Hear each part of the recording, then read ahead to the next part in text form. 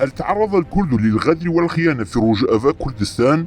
تتعرض إنجازات ومكتسبات الكرد وحقوقهم وجغرافيتهم بل وحتى وجودهم المادي في روجافا كردستان لأشرس الهجمات وأعتى الحملات على الإطلاق، بحيث وصلنا التاريخ إلى مستوى يجب فيه على كل كردي شريف وغيور بذل كل ما في وسعه وجهده من أجل روجافا كردستان.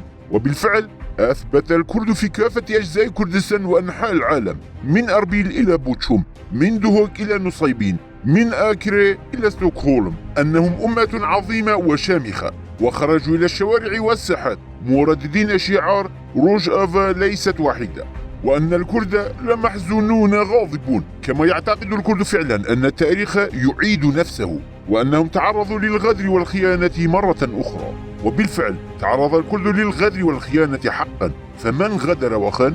أول الخونة ورأس الخيانة كانت القوى الغربية التي دعت لسنوات أنها تساند وتدعم روجافا كردستان. فبعد 25 عاما سلمت الولايات المتحدة الأمريكية سوريا رسميا إلى تنظيم القاعدة الذي كان العقل المدبر وراء الهجمات على برج التجارة العالمي في 11 سبتمبر عام 2001. أما بريطانيا فكانت مهندسة هذه الخيانة، بينما انضمت فرنسا خوفا وبحذر إلى النظام المؤسس المعادي للكرد. فأعلن المبعوث الأمريكي توم بارك بكل وقاحة ودون خجل انتهى عهد قوات سوريا الديمقراطية قسد. أما الزمرة الثانية من الخونة فكانت القوات العربية، لأنهم كانوا لسنوات تحت شعارات كأخوة الشعوب والأمة الديمقراطية وغيرها في ظل منظومة قسد. بل لم يكتف العرب بالانشقاق من رفوف قسد في يوم واحد فحسب، بل غدروا برفاقهم المقاتلين الكرد وغرسوا خناجر الغدر والخيانة في ظهور رفاق الأمس. يرى الكرد هذه الخيانة ويشعرون بمرارتها ويثورون ويشتعلون غضبا في قرارة أنفسهم، ولكن للأسف الشديد فقد تعرض روجافا للخيانة من قبل بعض الكرد أنفسهم. هؤلاء الخونة من الداخل هم أوجلان وحزبه المنحل حزب العمال الكردستاني باكاكا، الذين خدمهم شعب روجافا كردستان وحملوهم على أكتافهم طوال 45 عاما. اقتات باكاكا على شعب روجافا كردستان منذ ثمانينيات القرن الماضي، واستغلهم، جند أطفالهم مقاتلين في رفوفه وتلقى منهم الأموال. أقام معسكرات تدريبية بين ظهرانهم وعلى أراضيهم. وفي عام 2012 وبموجب اتفاقية مع إيران تحكموا بمفاصل روجافا كردستان وجعلوه شريان حياتهم.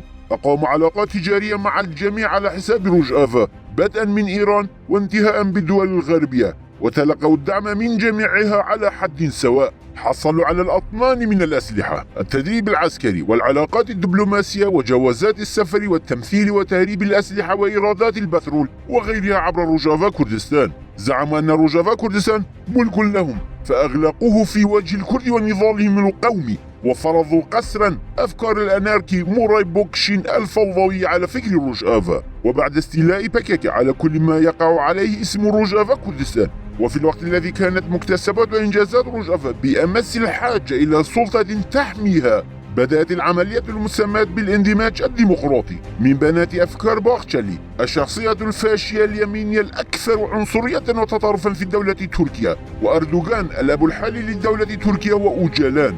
والحق أن هذه العملية كانت بمثابة خنق واغتيال روجافا كردستان، فأوجلان قاصم ظهر روجافا كردستان، فهو من كان يصف قوات روجافا كردستان بالحشد الشعبي الإسرائيلي، وأوصد الباب أمام روجافا كردستان نحو تعزيز علاقاته الخارجية بتصريحات لا تطالب بالفيدرالية، لا تطالب بالحكم الذاتي إلى آخره.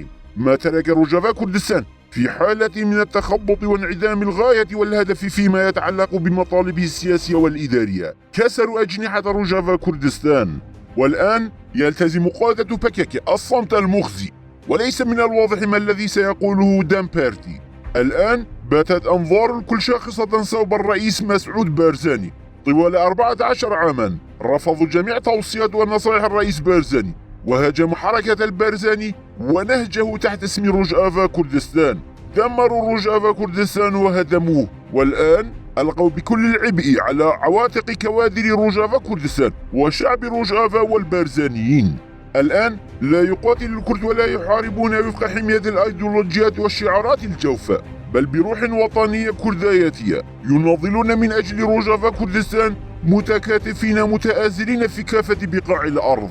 فليس للكرد أصدقاء سوى الكرد، ولا نصيب ولا حظوة لهم سوى القتال معا كالبنيان المرصوص يشد بعضه بعضا.